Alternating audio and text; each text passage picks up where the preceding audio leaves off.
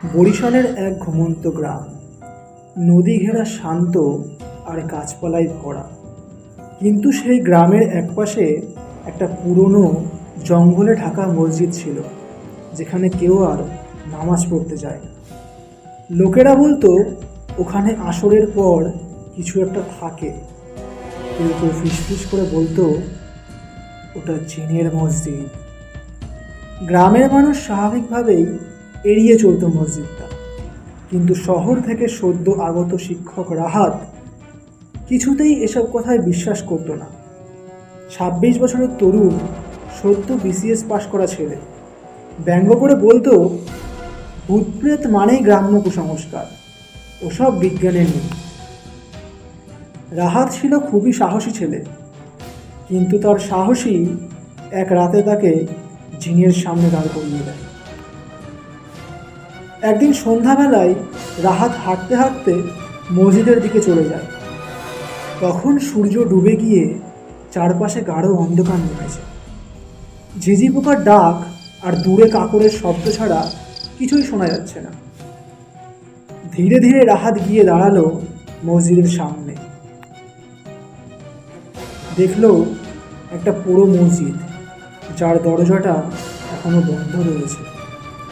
মসজিদের গা ঘেঁষেই একটা বড় তাল গাছ দাঁড়িয়ে রয়েছে, তার নিচে একপাশে একটা কালো ছায়া দাঁড়িয়ে। ছায়াটাকে দেখে রাহাতের বুকের ভিতরটা বরফের মতো জমে গেল। রাহাতের গা হাত পা কাঁপতে লাগলো।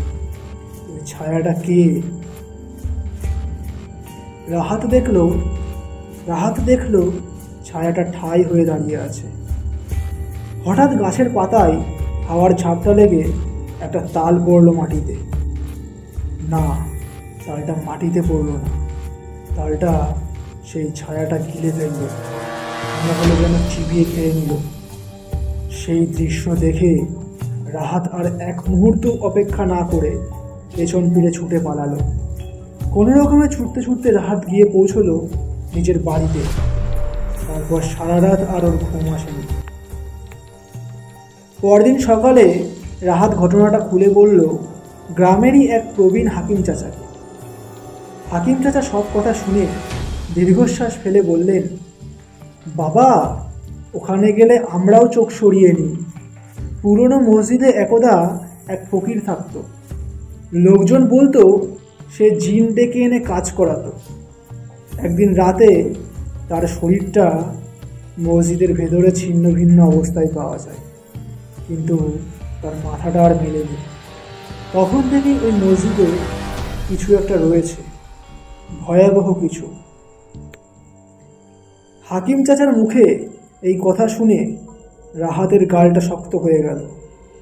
রাহাত বলল, আমি আবার যাব।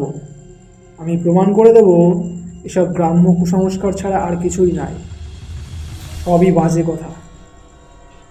রাহাতের কথাটা শুনে হাকিম চাচার মুখ বিবর্ণ হয়ে গেল। তিনি কেবল বললেন, একটা কথা ভুলে যেও না রাহাত, তুমি কিন্তু রক্ত মাংসে গড়া মানুষ, আর ওরা অন্য জগতের প্রাণী। ওদের চোখে পড়া মানেই তুমি তাদের নজরে পড়েছ। এরপর রাহাত চলে গেল। তৃতীয় একদিন রাতে মেঘলা আকাশে চাঁদের আলো তখন ঝাপসা। রাহাত মোমবাতি হাতে মসজিদের সামনে গিয়ে দাঁড়ালো। বাতাসে যেন কিসের একটা গন্ধ ভেসে আসছে। একটা কাঁচা মাংস, পচা ফুল আর ধূপের মিশ্রণ করলে যেমন গন্ধ হয়, ঠিক সেরকম। সেই গন্ধে রাহাতের দম বন্ধ হয়ে আসতে লাগলো। দরজাটা খুলে রাহাত ভিতরে ঢুকলো। দেখলো মেঝেতে ধুলো ছড়িয়ে রয়েছে, আর চারপাশ থেকে ইঁদুরের কিচিরমিচির শব্দ ভেসে আসছে। হঠাৎই ভেতরের একটা দেওয়াল জুড়ে আয়নার মতো চকচকে কিছু একটা দেখতে পেল রাহাত। সেটা দেখেই রাহাত কাছে এগিয়ে গেল। কাছে গিয়ে রাহাত দেখলো সেটা একটা পুরোনো দিনের আয়না। আয়নার গায়ে ধুলো লেগে রয়েছে। রাহাত দেখলো আয়নায় ওর প্রতিচ্ছবি দেখা যাচ্ছে না। আয়নায় ওর ঠিক পিছনে দাঁড়িয়ে রয়েছে একটা বৃদ্ধ, কিন্তু তার মুখ নেই। তার জায়গায় রয়েছে একটা কালো গর্ত। বৃদ্ধটা বলল, তুমি ডাকছো আমাদের? একটা গলা যেন ওর হাতের মাথার ভেতর থেকে শুনতে পেল কথাগুলো। সেই কথা শুনে রাহাতের গায়ের লোম খাড়া হয়ে গেল। রাহাত আর এক মুহূর্ত অপেক্ষা না করে মোমবাতিটা ফেলে পেছন ফিরে দৌড়তে লাগলো। কিন্তু তখনই বুঝতে পারলো ওর সামনের দরজাটা যেন উধাও হয়ে গিয়েছে। চারপাশে শুধু দেওয়াল আর দেওয়াল। তার আশপাশ থেকে ফিসফিসানি শব্দ ভেসে এলো। তুমি আমাদের দেখেছো, এখন আর আমরা তোমাকে ছাড়বো না। এরপরে রাহাত কোনো রকমে দেখলো দরজাটা আবার ভেসে উঠেছে দেওয়ালের গায়ে। রাহাত ছুটে দরজা দিয়ে বেরিয়ে বাড়ি ফিরে গেল।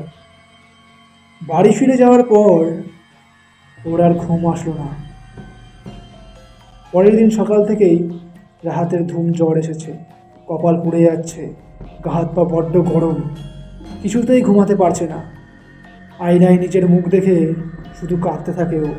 তার চোখের নিচে এখন কালো ছায়া, ঠোঁট শুকিয়ে গিয়েছে, চামড়া নিস্তেজ। রাতে ঘুমোতে গেলে সে শুনতে পায় দরজার পাশে কেউ যেন হাঁটছে। কোথাও একটা শিশুর কণ্ঠ ভেসে আসছে, আমাকে মুক্ত করো। দরজা খুলে সে কিছু দেখতে পায় না, শুধু একটা রক্তাক্ত খেলনা দেখতে পায়, একটা একচোখা পুতুল। এরপর হাকিম চাচা একদিন গ্রামের পীর সাহেবকে ডেকে আনলেন। পীর সাহেব কোরআনের আয়াত পড়তে পড়তে রাহাতের ঘরে জল ছিটিয়ে দেন। কিন্তু হঠাৎ সেই সময় জানালার কাজ ভেঙে পড়ে। পীর সাহেব বললেন, সে ওর ওপরে আসর করেছে। জিন শুধু ক্ষতি করতে চায় না, ওর কোনো একটা প্রতিশোধ বাকি আছে। এরপর জানা যায় যে এই ফকির মসজিদে মারা গিয়েছিল, সে একটা শিশুকে বলি দিয়ে জিন ডেকে আনত। সেই শিশুর আত্মা আজও মুক্তি পায়নি, আর জিন তাকে রক্ষা করে চলেছে। রাহাত সেই জায়গায় গিয়ে জিনের সাথে যোগাযোগ করেছে। এখন সে তাদের দেখে ফেলেছে, যা ওরা সহ্য করতে পারে না। এরপর রাহাত নিজের ঘরে একদিন রাত্রেবেলা কোরআন পড়ছিল, আর ঠিক তখনই হঠাৎ মোমবাতিটা নিভে যায়। জানালায় সাদা পোশাকে একটা মেয়ের অবয়ব দেখতে পায় সে। মেয়েটা ওর দিকে তাকিয়ে ফিসফিস করে বলে, আমাকে মুক্ত করো। রাহাত দরজার দিকে দৌড়ায়, কিন্তু সে পড়ে যায়।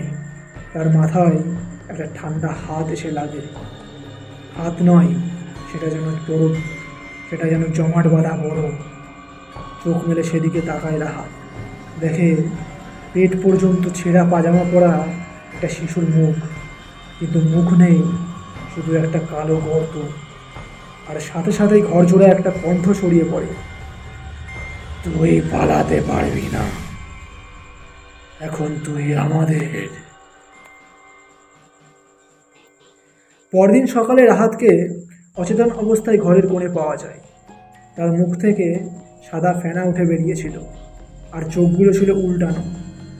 পীর সাহেব আবার আসলেন।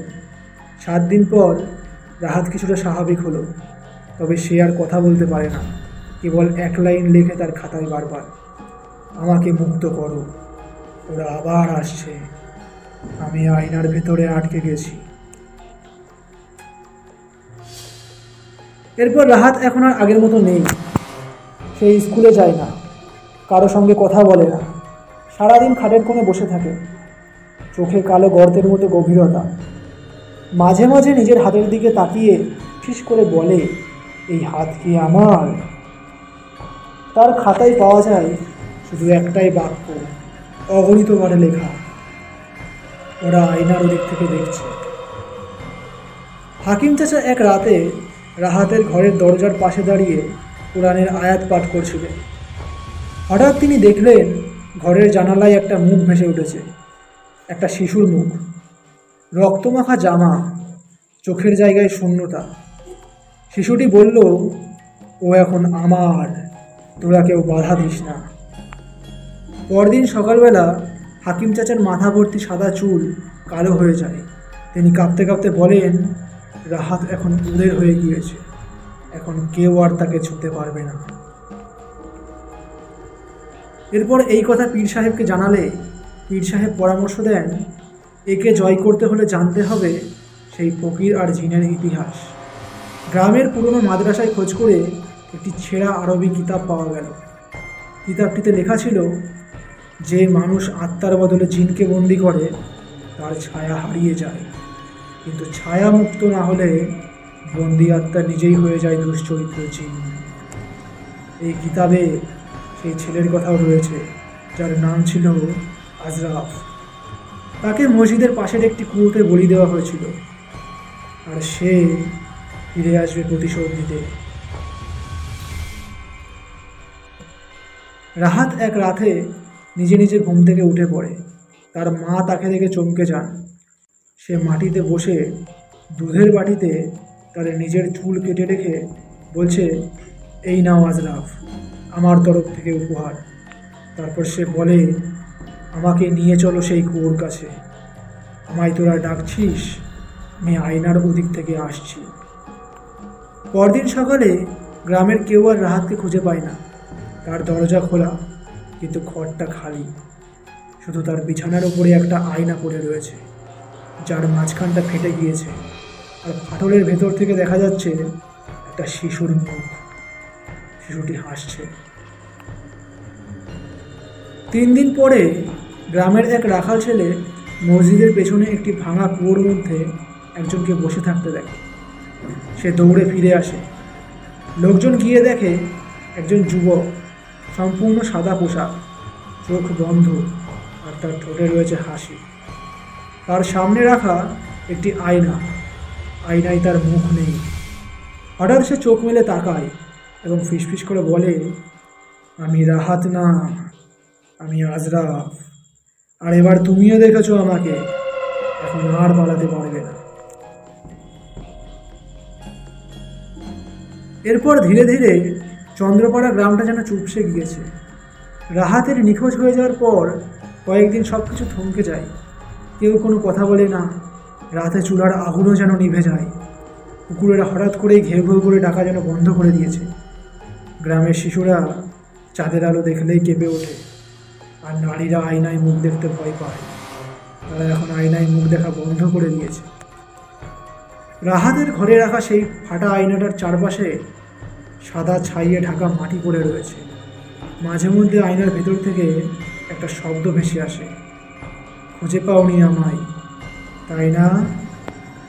গ্রামের প্রবীণ হাকিম চাচা তখন পীর সাহেবের সাহায্যে ঢাকায় একজন নামকরা জিন বিশারদ হুজুরকে ডেকে আনে, মাওলানা কারিম শাহ।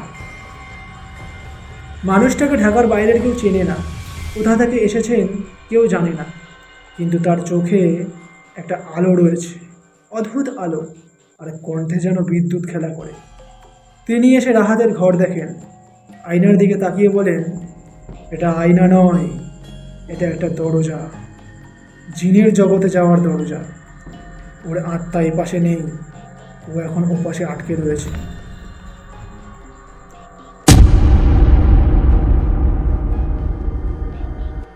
এতক্ষণ আপনারা শুনছিলেন